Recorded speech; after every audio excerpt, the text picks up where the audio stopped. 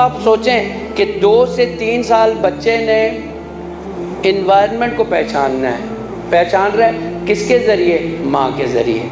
ये जो 2 से 3 साल वाली पहचान थी, ये आगे जाके 8-9 साल में मारिफत में तब्दील होनी है। अगर शुरू में वीक रह गई, मारिफत नहीं आएगी। ये 3 से 4 साल जो कॉपी कर रहा है, बाद में इसने जो है वो 12-13 साल में जाके मिसाल के तौर पे कॉपी करनी, चीज़ों को सीखना है, दीनदारी में, अकायद में, नमाज में।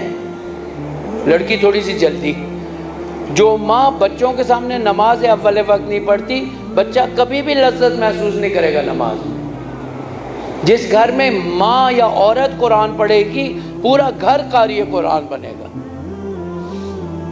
आपने अगर एक घर को कारी बनाना है, माँ ऊंची आवाज में कुरान पढ़ना शुरू कर।